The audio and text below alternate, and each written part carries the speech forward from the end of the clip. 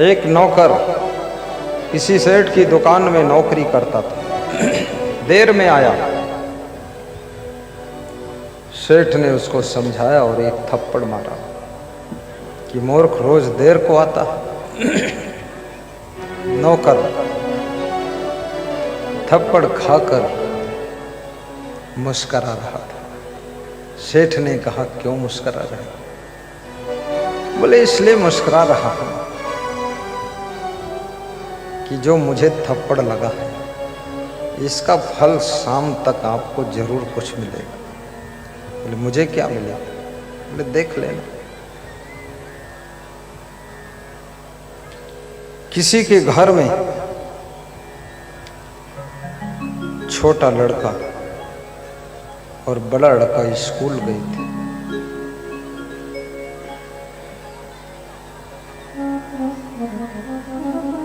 पढ़ करके लेट में आया बड़ा लड़का, देर को आया। तो माँ ने पति से कहा कि देखो ये देर क्यों करता है रोज।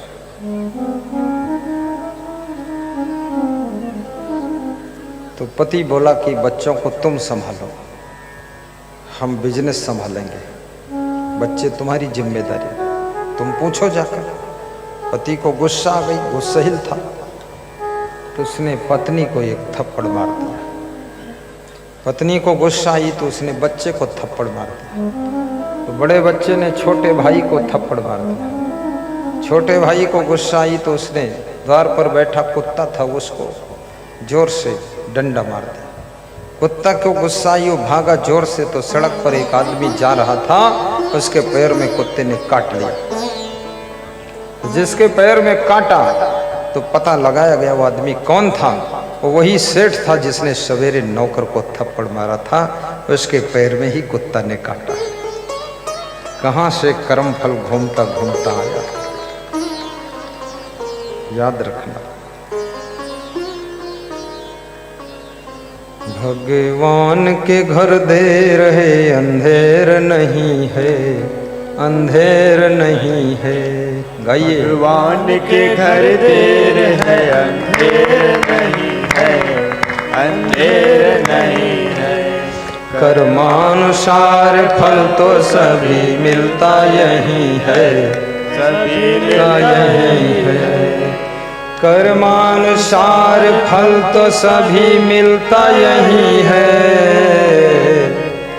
भगवान के घर देर है, अंधेर नहीं है, अंधेर नहीं है। कर्मानुसार फल तो सभी मिलता यही है, मिलता यही है। कर्मानुसार फल तो सभी मिलता यही है, सभी मिलता यही है। भगवान के घर देर है, अंधेर नहीं है, अंधेर नहीं है। कर्मानुसार फल तो सभी मिलता यही है, सभी मिलता यही है। कर्मानुसार फल तो सभी मिलता यही है, मिलता यही है। बहुत बड़ी बात है। सुबह का कर्म दोपहर तक भाग्य बनकर आ जाता है।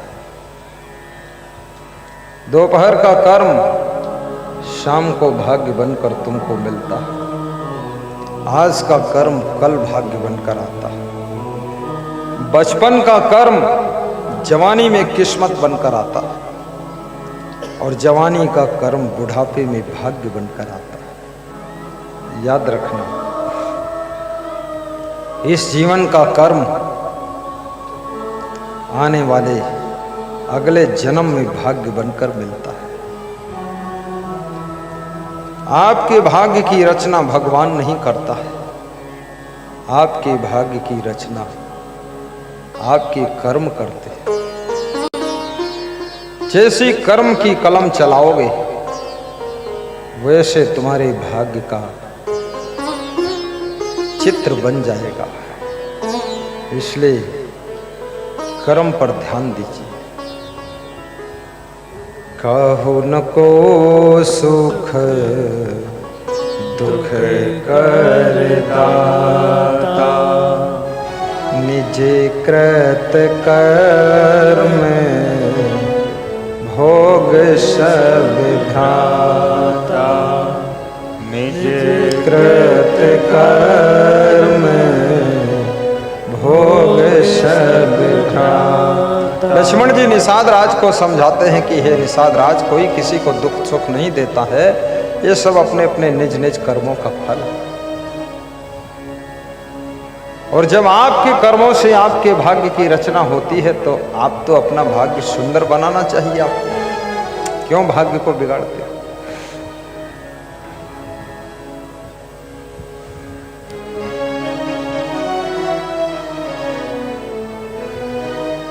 भाग्य और कर्म दोनों का बड़ा विचित्र रूप है। वाणी, व्यवहार, कर्म और स्वभाव, चरित्र, ये 5 चीजों से आपका भाग्य बनता है। व्यास गादी निवेदन करेगी, इस मायावी संसार में अपने स्वभाव को बिगड़ने से बचाओ। चिड़चिड़ा स्वभाव मत बोलो, सुंदर स्वभाव बनाइए। जस बड़ाई बैरू करही, राम का स्वभाव कितना सुंदर था, बैरी भी उनकी बड़ाई करते थे कि राम वास्तव में महान है। हर स्त्री को अपना स्वभाव सुंदर बनाना चाहिए। ससुराल में जाओ, सबके मन को भा जाए। कितनी लड़कियां ससुराल में जाते ही युद्ध शुरू, लड़ाई शुरू, झगड़ा शुरू, विवाद शुरू, एटम बम फूट गया, सुबह शाम बम बम, रात में फोड़े एटम बम। सास ससुर से विवाद, पति से अनबन, देवर से पूरी लड़ाई, गोतनी से बहुत झगड़ा। इसका नाम जिंदगी नहीं। प्रेम से जीने का नाम जिंदगी है। धन से सुख नहीं मिलेगा, सुविधा केवल मिलेगी। और याद रखना, महल मकान से सुविधाएं मिल सकती लेकिन सुख नहीं मिल सकता। परस्पर के प्रेम से सुख का जन्म होता है, आपस में प्रेम पैदा होता है। सहनशीलता और विवेक से प्रेम पैदा होता है। जो गम खा नहीं सकते वो किसी से प्रेम रख नहीं सकते। प्रेम टूट जाएगा, प्रेम टूट जाएगा, टुकड़ा टुकड़ा हो जाएगा।